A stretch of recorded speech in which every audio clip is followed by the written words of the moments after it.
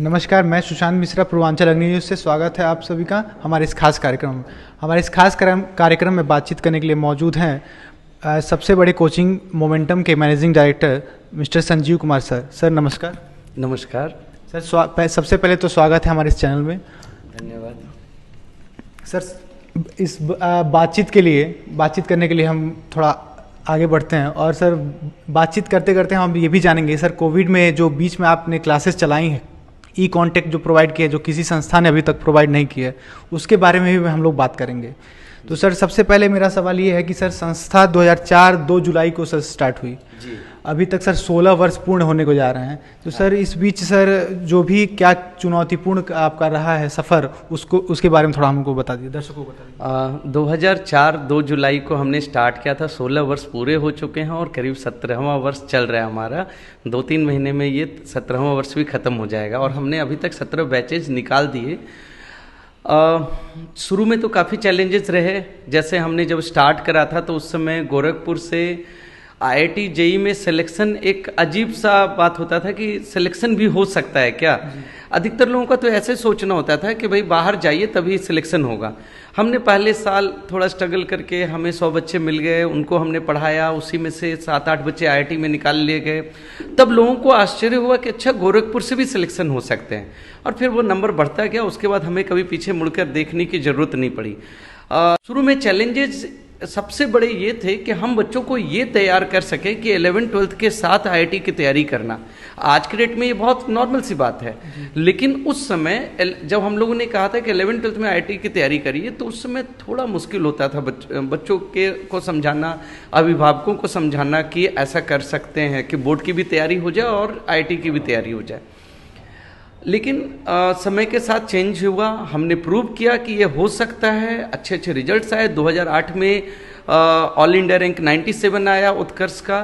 तब उसके बाद लोगों को विश्वास होने लगा कि जो हम कह रहे हैं वो सही कह रहे हैं, और उसके बाद रिजल्ट्स आने लगे। रिजल्ट्स अच्छे आते गए, संख्या बढ़ती गई और उसी हिसाब से लोगों का हमारे ऊपर भरोसा बढ़ता गया। और आज हम 17 वर्षों के बाद ये कह सकते हैं कि हमारे पढ़ाए हुए 1000 से ज़्यादा IITian और 5000 से ज़्यादा NITians या तो अलग अलग शहरों में प्रोफेशनल लाइफ जी रहे हैं या अभी पढ़ाई कर रहे हैं।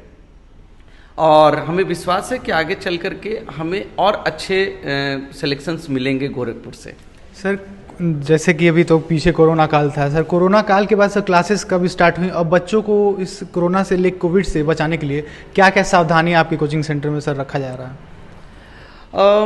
सब 19 अक्टूबर को हम लोग को परमिशन मिला कि हम लोग ऑफलाइन क्लासेस स्टार्ट कर सकते हैं। तो हमने शुरू में थोड़ा सा डर तो था, लेकिन हमने सबसे पहले एक एक पॉइंट पर ध्यान दिया। जो भी हमें बताया गया कि भाई आप सोशल डिस्टेंस मेंटेन कराइए। हमारे क्लासरूम के बेंचेज 8-8 फीट के हैं, तो हमने 8 फीट के उस बेंच पर 2 ही बच्चों को बैठाया, सबसे दोनों एंड पे, मतलब दोनों बच्चों के बीच में कम से कम 6 फीट की तो दूरी थी ये। और हमने एक बड़े क्लासरूम में भी 30-40 बच्चों को ही बैठाया ताकि सभी दूर रहें, दूर बैठे हैं बच्चे। मास्क की हमने प्रॉपर ध्यान रखा। हमारे जो बच्चे मास्क लगाकर नहीं आते थे उनको हम अपनी ओर से मास्क देते थे। सैनिटाइजर का प्रॉपर व्यवस्था रखा। हर क्लास के बाद सैनिटाइज करने के लिए बच्चों को कहा।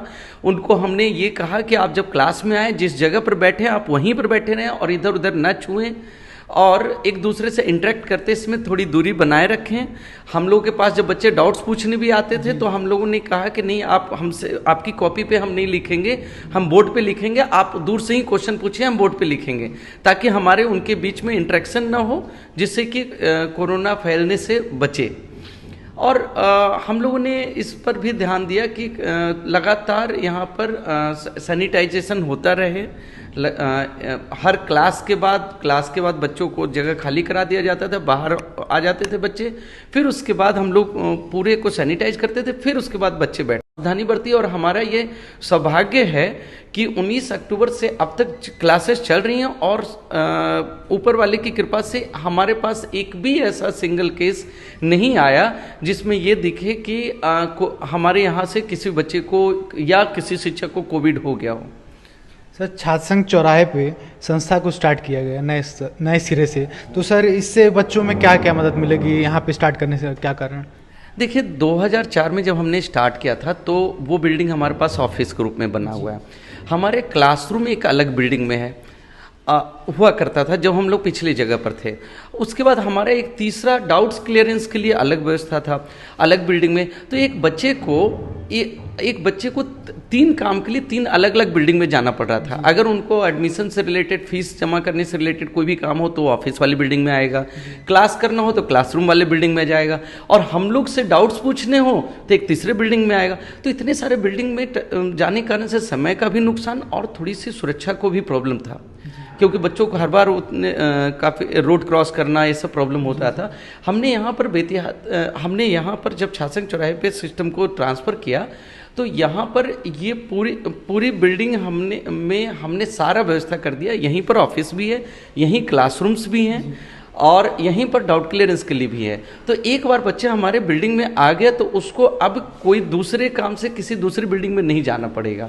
तो एक बड़ा फ़ायदा ये हुआ, हमने यहाँ पर इस बिल्डिंग को थोड़ा सा अच्छे तरीके से बनाने का प्रयास किया, जिससे कि छोटे क्लासरूम्स हों जिस पे पर्सनल अटेंशन हम बच्चों को दे सकें। इस पर हमने क्लासरूम में कैमरा लगा दिया, जिससे कि बच्चे ऑनलाइन के साथ, मतलब ऑफलाइन के साथ साथ ऑनलाइन भी पढ़ सकें। तो हमारी क्लास जब यहाँ पर चल रही होती है तो उसी समय वो ऑनलाइन भी क्लास कुछ बच्चे घर से कर रहे होते हैं। तो सपोज किसी कारण से कोई बच्चा नहीं आ पाया, तबीयत खराब है, कुछ है, तो वो घर से बैठ करके क्लास कर सकता है। और हमारी सारी क्लासेस रिकॉर्ड हो रही होती हैं, और वो हमारे अपने ऐप के माध्यम से वो बच्चों तक वो रिकॉर्डेड क्लास पहुंच जाता है। तो कल को बच्चा जब रिवाइज कर रहा होता है, कुछ याद करना चाहता है कि सर ने क्या पढ़ाया था, याद नहीं आ रहा है, वीडियो को देख लेता है, क्योंकि वीडियो एग्जैक्टली उसी जो उस क्लास को उसने अटेंड किया वही वीडियो है, कोई दूसरा वीडियो नहीं है। तो उसको एक एक पॉइंट दिख जाता है, याद आ जाता है। अच्छा, जैसे ही उन्होंने 2 मिनट का वीडियो देखा उतने में उनको याद आ जाता है कि क्या क्या चीज़ें पढ़ाई गई थी।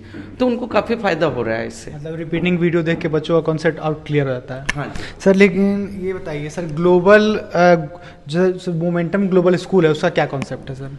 देखिए, जैसे क्या हो रहा था, अभी बच्चों में नॉन स्कूलिंग की टेंडेंसी बढ़ रही थी। हमने नॉन स्कूलिंग की टेंडेंसी को हटाने के लिए मोमेंटम ग्लोबल स्कूल का कॉन्सेप्ट डाला।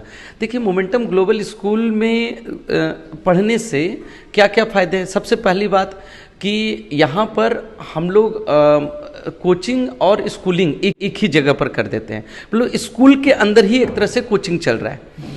तो उससे फ़ायदा ये हो रहा है कि बच्चों को इस कोचिंग के लिए शाम को जाना और सुबह फिर स्कूल के लिए जाना, तो काफ़ी भागदौड़ हो जा रहा था, उस भागदौड़ से बच रहे हैं बच्चे, पहला। दूसरा फ़ायदा मोमेंटम ग्लोबल स्कूल में पढ़ने का ये है कि जैसे क्या होता है कि अगर मान ली कोई किसी बच्चे को IIT JEE की तैयारी करनी है, उसको पता ही नहीं कि IIT JEE क्या है। यहाँ पर हम नेशनल लेवल के कॉम्पिटिशन्स का पूरा इन्फॉर्मेशन क्लास 6 से ही देना शुरू करते हैं। तो एक क्लास 6 का बच्चा जो है वो IIT की तैयारी नहीं कर रहा होता है, लेकिन उसको नेशनल लेवल के कॉम्पिटिशन्स IIT JEE NEET इन सब के बारे में आइडिया रहता है। और हम लोग नॉर्मल जो एकेडमिक एग्जामिनेशन जो स्कूल में होते हैं वो तो हम लेंगे ही लेंगे, साथ साथ हम लोग ये भी करते हैं कि कॉम्पिटिटिव एग्जामिनेशन की भी का भी पेपर लेते हैं उसी पैटर्न पे।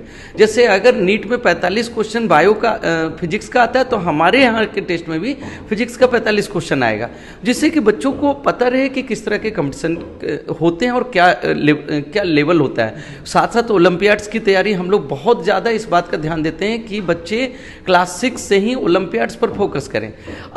अगर आप अपने आपका बच्चा क्लास में टॉपर है अपने क्लास में, तो क्लास में टॉपर है ना, नेशनल लेवल पे कहाँ स्टैंड करता है वो तो पता नहीं। इंडिया में 5 लाख स्कूल हैं, और सोचिए आपका बच्चा अगर किसी स्कूल का टॉपर है, इसका मतलब वो 5 लाख बच्चों में है। 5 लाख टॉपर इंडिया में है, क्योंकि 5 लाख स्कूल हैं। अब उन 5 लाख में कहाँ स्टैंड कर रहा है आपका बच्चा? इसके लिए ओलंपियाड्स हैं, ओलंपियाड्स की तैयारी बहुत सीरियसली होती है। यहाँ पर एक करियर डिसीजन में भी काफ़ी हेल्प मिल जाता है बच्चों को। देखिए, एक स्कूल में नॉर्मली अगर एक क्लास में 40 बच्चा बैठा है तो सभी बच्चे अलग अलग करियर को सोच रहे होते हैं। कोई बच्चा सोच रहा होता है मुझे IAS ऑफिसर बनना है, किसी को आर्मी में जाना होता है, किसी को किसी को बैंक में जाना होता है, किसी को सीए बनना है, मतलब बहुत सारे वर्सेटाइल करियर ऑप्शंस हैं बच्चों के पास। हमारे यहाँ जब मोमेंटम ग्लोबल स्कूल में बच्चा पढ़ रहा होता है तो क्लास का ऑलमोस्ट हर बच्चे को सिर्फ एक ही करियर गोल दिख रहा होता है, जिससे फायदा क्या होता है ना कि वो कंफ्यूज नहीं होता है कि भाई हम यहाँ जाएं कि वहाँ जाएं, यहाँ सोचें वहाँ सोचें, और इनफैक्ट कंफ्यूज रह गया, वो कुछ भी नहीं कर पाए।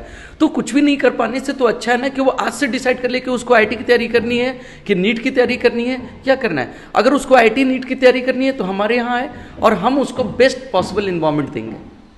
सर जैसे पहले लोग बच्चे तो ये जानते थे कि मोमेंटम सिर्फ आईआईटी के लिए है, लेकिन आपने अभी सर यहाँ पे नीट की भी तैयारी शुरू कर दी है, सर इसके बारे में आप क्या कहना चाहेंगे?